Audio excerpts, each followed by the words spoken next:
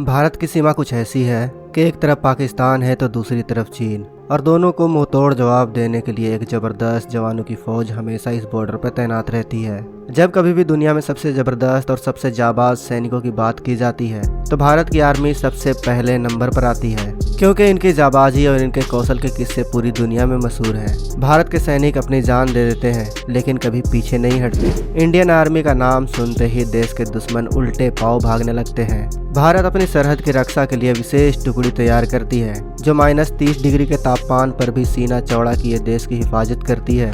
इन सैनिकों का यहाँ सबसे बड़ा दुश्मन होता है ठंड। यहाँ इतनी अधिक ठंड होती है कि जितने सैनिक युद्ध में नहीं मरते उससे अधिक सैनिक ठंड के कारण शहीद हो चुके होते हैं। आज हम इस वीडियो में जानेंगे कि आखिर भारत के यह लाल -60 डिग्री होने के बावजूद कैसे और क्यों हमारी हिफाजत को तैनात रहते हैं। दोस्तों, हम बात कर रहे हैं सियाचिन की। सियाचिन दुनिया का सबसे ऊंचा रण क्षेत्र है। यहाँ मातृभूमि की रक्षा में भारतीय सेना के जवान जी जान से डटे रहते हैं। यहाँ जिंदगी कितनी मुश्किल है इसका अंदाजा आप इस बात से लगा लो कि यहाँ पिछले 30 सालों में 846 जवानों ने प्राणों की आहुति दे दी है। बेहद खतरनाक मौसम होने के बावजूद देश के 10,000 जवान इस बर्फीली चोटी पर दिन रात डेरा जमाए रहते हैं और दुश्मन देश के नापाक मंसूबों को नाकाम करते हैं। आपको बता दें कि सियाचिन ग्लेशियर 20,000 फीट की ऊंचाई पर है। यहाँ सैनिक गश्त लगाने जाते हैं तो सभी सैनिक एक दूसरे के साथ एक रस्सी से बंधे होते हैं, क्योंकि यहाँ बर्फ का धंसना आम है और गश्त लगाते वक्त अगर कोई साथी बर्फ में धंसने के कारण गड्ढे में गिर जाता है तो वह अपने साथियों से अलग न हो जाए। आपको यह जानकर हैरानी होगी कि ऊंचाई वाले जिस स्थान पर जवानों की तैनाती होती है वहां तक पहुंचने के लिए सैनिकों को बेस कैंप से 10 घंटे पहले यात्रा शुरू करनी पड़ती है। इसके लिए सैनिकों की टुकड़ी रात के 2:30-3 बजे निकल जाती है ताकि 9 बजे से पहले वहां पहुंचा जा सके। आपको बता दें, दिन में बर्फ धंसने का खतरा ज्यादा होता है, इसलिए रात में निकलना होता है। हर फौजी के साथ 20 से 30 किलो का बैग होता है जिसमें बर्फ काटने वाली एक कुल्हाड़ी, उनके हथियार और रोजमर्रा के कुछ सामान होते हैं। शून्य से नीचे तापमान रहने के बावजूद सैनिक पसीने से तर-बतर रहते हैं, क्योंकि शरीर पर 6 से 7 तह गर्म और मोटे कपड़े होते हैं। सैन्य पोस्ट पर पहुंचते पहुंचते सैनिकों के शरीर और कपड़ों के बीच पसीने की पतली परत जम जाती है। गर्मी बढ़ने के साथ इस परत की टूटने की आवाज सुनी जा सकती है। अगर हम इनके खाने की बात करें तो खाने में इन्हें लिक्विड से ज्यादा कुछ नहीं मिलता। खाने के सामान टीन के कैन में होते हैं। सूप पीना हो तो पहले उसे पिघलाना पड़ता है। टीन का कैन भी जम गया होता है, इसलिए पहले उसे आग पर रख कर नर्म करते हैं और सूप के पिघलते ही जितनी जल्दी हो सके उसे पी लेना पड़ता है, क्योंकि शून्य से नीचे का तापमान पल भर में उसे फिर से जमा देता है। यहाँ पर मौसम की हालत यह होती है कि कुछ ही समय में तापमान शून्य से 60 डिग्री नीचे तक चला जाता है और बर्फीला तूफान ऐसा कि पलक झपकते ही सेना की पूरी टुकड़ी काल के गाल में समा सकती है। आपको जानकर हैरानी होगी कि एक दूध के कैन को खोलने में 40 मिनट तक का वक्त लग जाता है, क्योंकि हाथ इतने बंधे होते हैं और उस पे इतने मोटे कपड़ों की तय होती है कि डिब्बों को पकड़ना आसान काम नहीं होता।